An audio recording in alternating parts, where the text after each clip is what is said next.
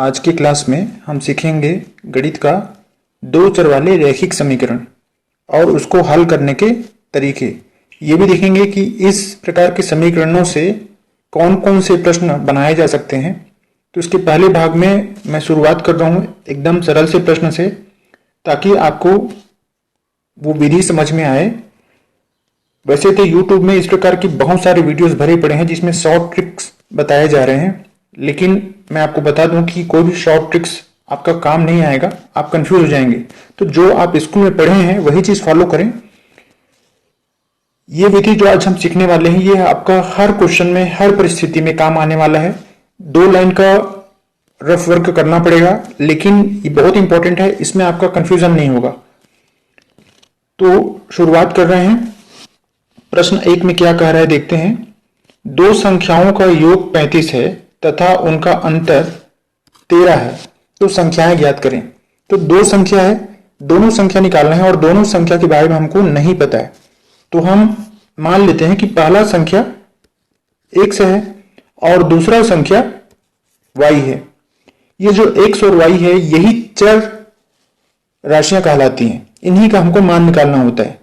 तो यदि हमारे पास चर राशि 2 है तो हमारे पास समीकरण भी 2 होना चाहिए, तभी हम इन दोनों का मान निकाल सकते हैं। तो इसीलिए प्रश्न में ही दिया जाता है कि समीकरण कैसे बनेगा। तो पहला समीकरण कैसे बनेगा, दो संख्याओं का योग। तो x और y दो संख्याएं हमने मान लिया, तो दोनों को हमको योग करना है, मतलब दोनों को जोड़ना है। तो जोड़ने से क्या आएगा, कह रहा है ये आएगा 35। ये हो आपका पहला समीकरण। दूसरा समीकरण कैसे बनेगा, कह रहा है इन दो संख्याओं का अंतर 13 है। तो यदि हम x और y को घटा देते हैं तो अंतर कितना आना चाहिए, 13 आना चाहिए। ये देखिए आपका दूसरा समीकरण हाल ही प्राप्त हो, विलोपन विधि। वैसे तो बहुत सारी विधि हैं, प्रतिस्थापन विधि, ग्राफिकल विधि और तिर्यक गुणा विधि, वैदिक विधि, लेकिन जैसे कि मैं आपको बता रहा हूं कि जो विलोपन विधि है, एलिमिनेशन मेथड है, वो सबसे बेस्ट मेथड है। आपको इसमें क्या करते हैं, विलोपन विधि में किसी भी एक चर राशि को विलोपित कर देते हैं, एलिमिनेट कर देते हैं या कटा देते हैं। ऐसा करने से क्या होता है, एक चर राशि कट जाता है, दूसरा चर राशि का मान हम आसानी से निकाल लेते हैं। जब एक चर राशि का मान निकल जाता है तो उस मान को हम किसी भी एक समीकरण में रखकर दूसरी चर राशि का मान निकाल लेते हैं। देखते जाइए कैसे करेंगे। यहां पर आपके पास दो समीकरण मिले हैं, x प्लस वाई बराबर 35, x माइनस वाई बराबर 13। तो आप देख रहे हैं कि जो मान है y और x का बराबर बराबर है। यहां पर आप y देखेंगे, y में एक में प्लस का साइन है, दूसरे में माइनस का साइन है, और दोनों की जो वैल्यू है वो 1-1 है। तो जाहिर सी बात है y और y आपस में कट जाएंगे क्योंकि प्लस और माइनस का साइन है। अब क्या हुआ, y का मान हमने क्या किया, एलिमिनेट कर दिया, विलोपित कर दिया y को। अब हम x का मान निकालेंगे। कैसे करें, दोनों समीकरण को आपस में जोड़ दें। तो x और x जब जुड़ेगा तो क्या हो जाएगा, 2x, और इधर 35 और 13 को जोड़ेंगे तो 5 3 8 और 3 और 1 4। अब क्या करना है, हमको पक्षांतर करना है। आपको पता है कि पक्षांतर करने के लिए जब भी आप पक्षांतर करते हैं तो क्या होता है, जो चिन्ह है वो बदल जाते हैं। जब पक्षांतर करेंगे तो x का वैल्यू निकल जाएगा 48, और जैसे कि मैंने बताया 2 इधर गुणा में है x के साथ, तो इधर जाके वो भाग में हो जाएगा। तो ये आपका कर आएगा और आपको मिलेगा 24। तो x का मान क्या निकला, आपको 24 निकल गए हैं। अब देखिए, जैसे कि मैंने बताया कि x का मान यदि आपको निकल गया, एक चर राशि का मान निकल गया, तो इस चर राशि का मान आप किसी भी समीकरण में रखेंगे तो आपको आंसर मिल जाएगा। पहला समीकरण हम ले लेते हैं, इसमें हम मान रख के देखते हैं। x की जगह में आपको क्या रखना है, 24, और यहां क्या है, y है, और इधर क्या है, 35। तो हमने क्या किया, पहला समीकरण लिया और पहले समीकरण में हमने क्या किया, x के मान को पुट अप कर दिया है। तो अब ये जो 24 है यह प्लस का साइन था, जोड़ रहा था y के साथ। अब जब ये पक्षांतर हो जाएगा तो प्लस क्या हो जाएगा, माइनस। तो y का मान क्या हो जाएगा, 35 में से 24 घटा देंगे। क्यों घटाएंगे, मैंने बताया कि 24 प्लस है, इधर आके क्या हो जाएगा, माइनस हो जाएगा। तो y का मान हमको क्या मिलेगा, 11। तो इस प्रकार से आपको क्या मिला, x का मान आपको मिला 24 और y का मान आपको मिल गया 11। तो संख्याएं क्या है, 24 और 11। आप इसमें देखिए आंसर का चेक भी कर सकते हैं। 24 और 11 को जोड़ेंगे तो आपके पास क्या आना चाहिए, 35 आना चाहिए, है ना, जैसे कि प्रश्न में दिया गया है। वैसे ही आप अंतर वाले समीकरण देखेंगे तो भी समीकरण आपको फुलफिल होना चाहिए, उसका कंडीशन कैसे, x और y को घटाएंगे तो कितना आना चाहिए, 13। जब 24 में 11 घटाएंगे तो आपको कितना मिलेगा, 13। तो इसका मतलब ये है कि हमारा x और y का जो वैल्यू है वो एकदम सही है, हमारा आंसर सही है। तो विलोपन विधि में हम क्या करते हैं, दो समीकरण निकालते हैं, दोनों समीकरण में से किसी भी एक चर राशि को आप x को भी कर सकते हैं, y को भी कर सकते हैं, जो आपको सरल लगे वो आप कर सकते हैं। तो किसी भी एक चर राशि को विलोपित कर देते हैं और दूसरा चर राशि जो बच जाता है उसका हम क्या करते हैं, मान निकालते हैं। जब हमको इसका मान निकल जाता है तो हम क्या करते हैं, इस मान को किसी भी एक समीकरण में रखते हैं। जैसे कि हम इस समीकरण में रखे तो हम मान रख देते हैं और दूसरा जो चर राशि है उसका मान हमको निकल जाता है। ये कहलाता है विलोपन विधि। और ये विधि बहुत सारे प्रश्नों में अलग अलग तरीके से इस्तेमाल किया जा सकता है, अभी देखने वाले हैं। अब यहां पर आप देखें, यदि पिता की आयु और उसके पुत्र की आयु का 2 गुना जोड़ दिया जाए तो पिता और पुत्र की आयु के साथ समीकरण बनाना है यहां पर आपको। और यहां भी 2 चर वाले रैखिक समीकरण ही बनेंगे। 2 चर मतलब एक चर मतलब पिता की उम्र और दूसरा पुत्र की उम्र। तो 2 चर राशि आपको मिलेगी और 2 समीकरण भी मिलेगा। याद रखें, मैं आपको बार बार कह रहा हूं कि 2 चर राशियों का मान तभी निकाला जा सकता है जब आपको 2 समीकरण प्राप्त हो। यदि 2 समीकरण प्राप्त नहीं है तो इसका मतलब आप 2 चर राशियों का मान नहीं निकाल सकते। तो मान लेते हैं पिता की आयु क्या है,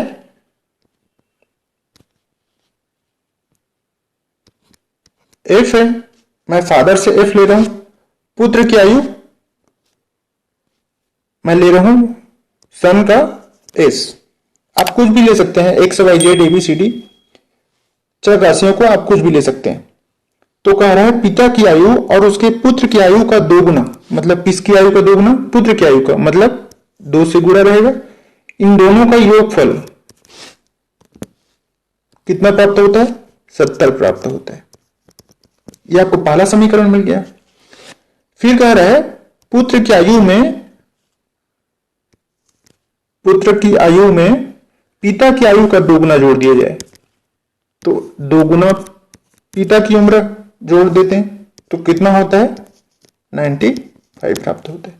तो पिता और पुत्र की आयु आपको ज्ञात करना है। इसका मतलब सिंपल सी बात है, आपको f और s का मान ज्ञात करना है। तो देखिए, इससे पहले वाले क्वेश्चन में हमने क्या देखा था कि चर जो राशि है उनका मान बराबर हो गए थे, हम उसको कटा दे रहे थे। लेकिन यहां पर क्या हो रहा है, अलग अलग है। तो हमको क्या करना है, इसे पहले बराबर करना है। बराबर करने के लिए आप क्या करें,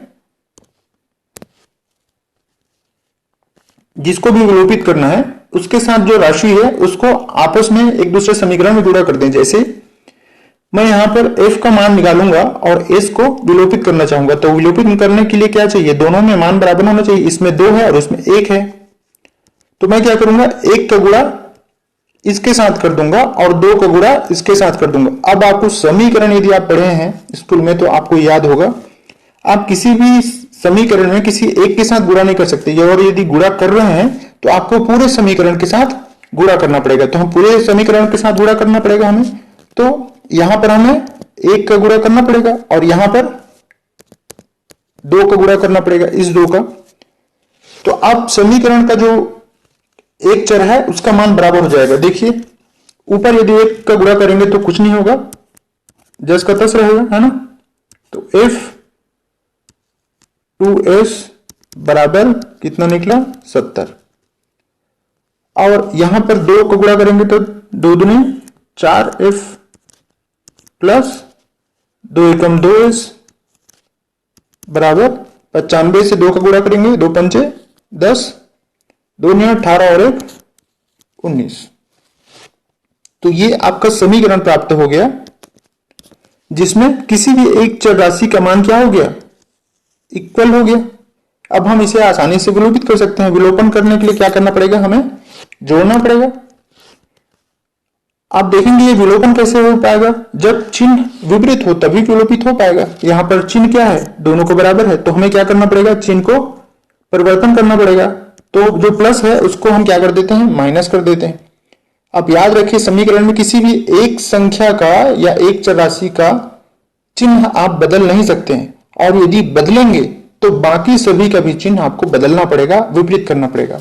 जब इसका आप माइनस कर दिए तो इसको भी माइनस करना पड़ेगा, क्योंकि पहले प्लस था, यहां भी पहले प्लस है तो इसको भी माइनस करना पड़ेगा। अब जब प्लस और माइनस हो गया तो क्या होगा, ये 2s कर जाएगा और आपके पास अब यहां बचा क्या, -4f और f। जब दोनों को जोड़ेंगे तो क्या होगा, बड़ी संख्या में से छोटी संख्या घटाएंगे और बड़ी संख्या का चिन्ह लेंगे, ये आपको पता होगा। तो बड़ी संख्या क्या है, 4, 4 का चिन्ह ले पहले और 4 में से 1 घटा दें, कुछ नहीं, इसका मतलब ये है कि उसके पास 1 है। तो 4 में से 1 घटाएंगे तो कितना बनेगा, 3f बराबर। अब यहां पर देखिए बड़ी संख्या 190 है, इसमें माइनस का चिन्ह है तो यहां भी माइनस हो जाएगा। 190 में से 70 घटाएंगे तो 0 का 0, और 9 में से 7 गए तो 2 और 1। तो अब आपको f का मान निकालना है, तो आप सीधे यहीं से कटा दें, आपको पक्षांतर करने की जरूरत नहीं है। माइनस इधर भी है, माइनस इधर भी है, बीच में बराबर के चिन्ह है तो माइनस माइनस कर जाएंगे। और आप क्या करेंगे, 3 को पक्षांतर करेंगे इधर, तो पक्षांतर करने के बजाय आपको जब पता हो गया प्रोसेस तो आप यहीं से कटा दीजिए, क्योंकि आपको वक्त बचाना है। 3 एकम 3, 3 चौक 12 और 3 से 9। तो f का मान क्या निकला आपको, फादर की उम्र क्या निकला, 40 साल। आपको क्या निकल गया, पिता का उम्र निकल गया। अब देखिए पिता का उम्र निकल चुका है तो आपको क्या करना है, पुत्र का उम्र निकालना है। तो आप किसी भी एक समीकरण में मान रख सकते हैं। मान लीजिए कि हम इस समीकरण में मान रखते हैं, तो फादर का जो एज है वो क्या निकल गया है, 40 निकल गया है।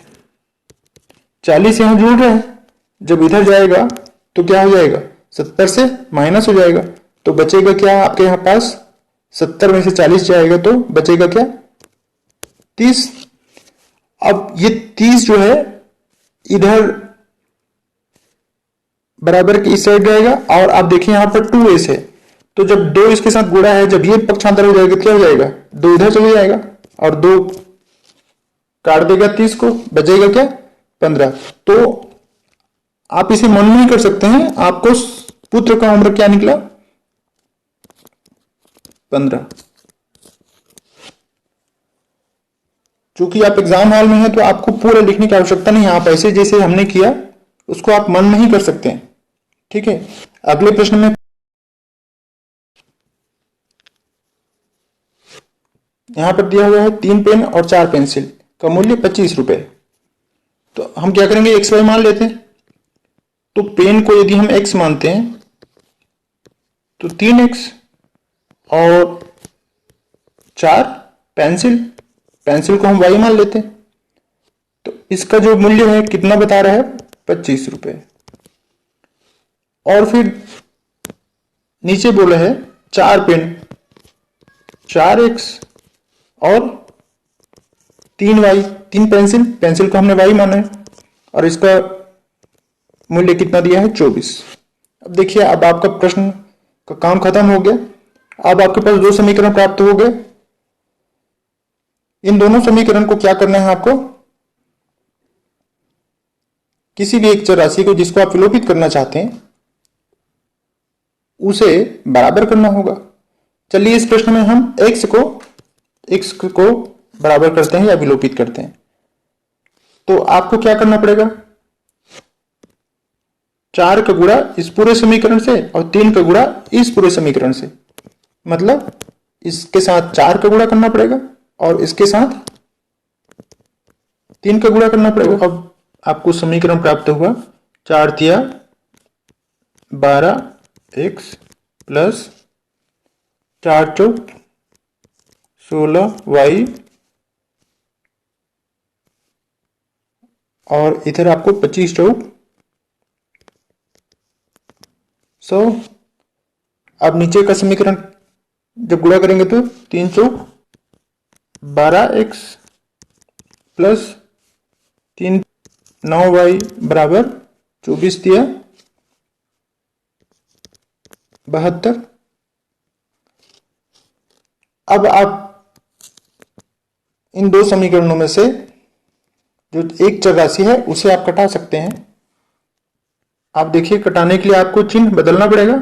यहाँ 12x और 12x है, दोनों नहीं कर सकते क्योंकि दोनों में प्लस का एक का चिन्ह हमें क्या करना पड़ेगा, बदलना पड़ेगा, माइनस करना पड़ेगा। तो जब इसका माइनस किए तो सब का माइनस करना पड़ेगा क्योंकि सब में प्लस का साइन।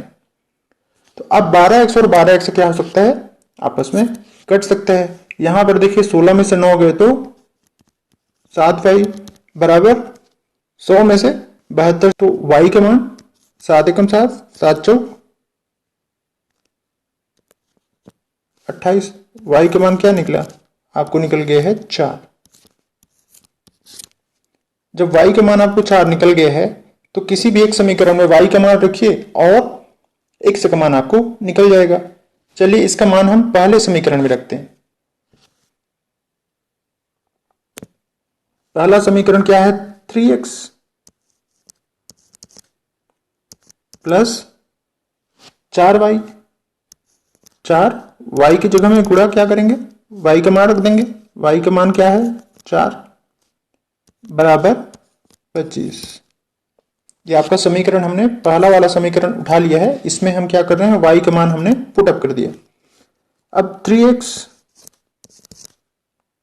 प्लस 4 चौक 16 बराबर 25। तो 3x बराबर, अब 16 इधर प्लस है तो क्या हो जाएगा, माइनस हो जाएगा।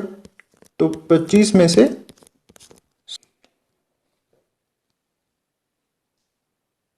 माइनस हो जाएगा तो x का वैल्यू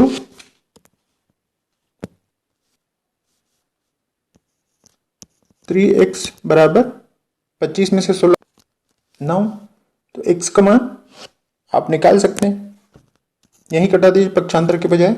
x का मान आपको निकल जाएगा क्या 3। तो x का मान आपको निकल गया है 3।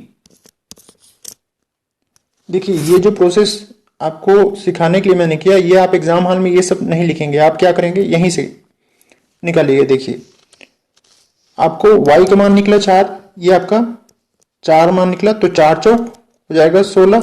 16 इधर प्लस है तो इधर जाके माइनस हो जाएगा, 25 में 16 गया तो बच जाएगा 9।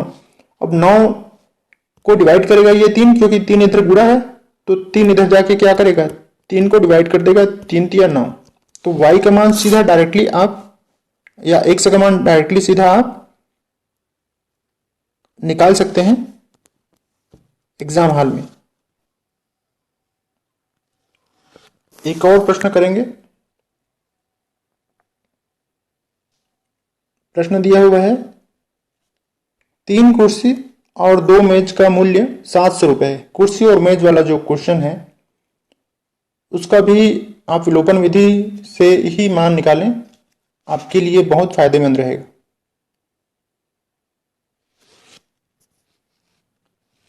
कुर्सी को चेयर का C मान लेते हैं और मेज को हम टेबल का T मान लेते हैं, आप कुछ भी मान कर सकते हैं। तो 3 कुर्सी मतलब 3 चेयर और 2 मेज मतलब 2 टेबल का मूल्य क्या है 700। 5 कुर्सी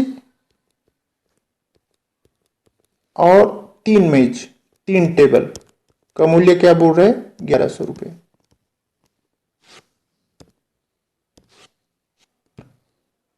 अब विलोपन करने के लिए जरूरी है किसी भी एक चर राशि को बराबर करना।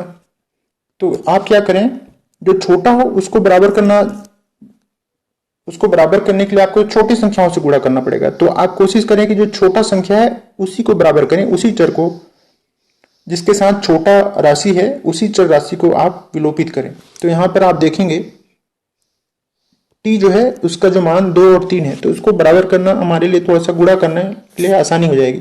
3 का गुणा इसके साथ करेंगे और 2 का गुणा इसके साथ करेंगे, तो पूरे समीकरण के साथ गुणा करना पड़ेगा। तो इसके साथ 3 का गुणा और इसके साथ 2 का गुणा। 3 तिया समीकरण क्या मिल जाएगा, 3 तिया 9 सी प्लस 3 दूनी 6 टी बराबर 7 तिया 2100। दूसरा समीकरण 2 पंचे 10 सी प्लस 2 तिया 6 टी बराबर 11 दूनी 2200। ये आपका समीकरण प्राप्त हो गया और समीकरण में किसी भी एक चर राशि का मान जो है बराबर हो गया, लेकिन अभी कटेगा नहीं जब तक हम उसका साइन ना चेंज कर दें। यहां पर प्लस और माइनस करना पड़ेगा, जब इसका माइनस करेंगे तो इसका भी माइनस करना पड़ेगा, इसका भी माइनस करना पड़ेगा क्योंकि इनका चिन्ह प्लस है। तो अब 6t और 6t आपस में कट जाएंगे, बचेगा अब आपके पास क्या, c चेयर का वैल्यू। अब उसको आप 10c में से 9c को घटाएंगे तो आपके पास क्या बचेगा, बड़ी संख्या का छीन लीजिए और बड़ी संख्या में से छोटी संख्या घटाइए। 10 में से 9 गए तो 1c, तो 1 को लिखने की आवश्यकता ही नहीं है, बराबर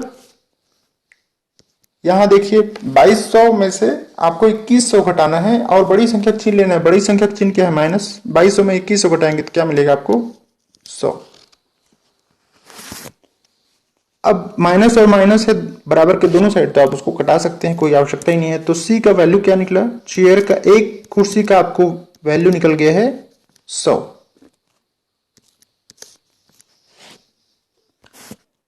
अब जब चेयर का वैल्यू आपको निकल गया 100, तो आप किसी भी समीकरण में क्या करिएगा, मान रखिए और टेबल का वैल्यू निकाल सकते हैं। आप 100 का वैल्यू यहां रख लेते हैं, इस समीकरण का इस्तेमाल करते हैं।